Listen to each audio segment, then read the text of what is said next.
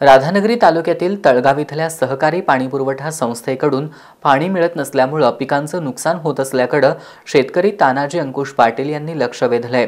संस्थेकडून पाणी मिळावं या मागणीसाठी 15 फेब्रुवारीपासून आमरण उपोषण करण्याचा इशारा दिलाय। पाणीपुरवठा संस्था मान्य के.पी. पाटील सहकारी पाणीपुरवठा संस्था म्हणजे तळगाव ही संस्था झाली 5 वर्षे कार्यरत आहे आणि यावर्षी त्या संस्थेत मी संस्था स्थापन झाल्यापासून संचालक पण आहे आणि सभासद पण आहे आणि या संस्थेने माझं पाणी बंद केलं आहे। काही पिकांना पाऊस गेल्यापासून तर पाणी नाहीच आणि काही पिकांना ऊस गेल्यापासून त्यांनी पाणी देणार नाही सांगितलं। याबाबत मी बाबासाहेबांच्या माझ्या कायद्याचा उपयोग करून मी सहाय्यक निबंधक शेख साहेब यांच्याकडे लेखी अर्ज दिला।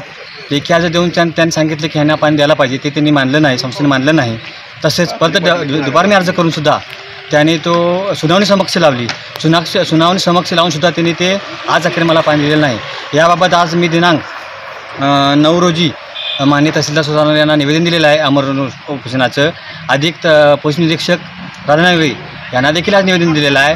तसेच मी जिल्हाधिकारी कोल्हापूर यांना देखील देणार आहे निवेदन।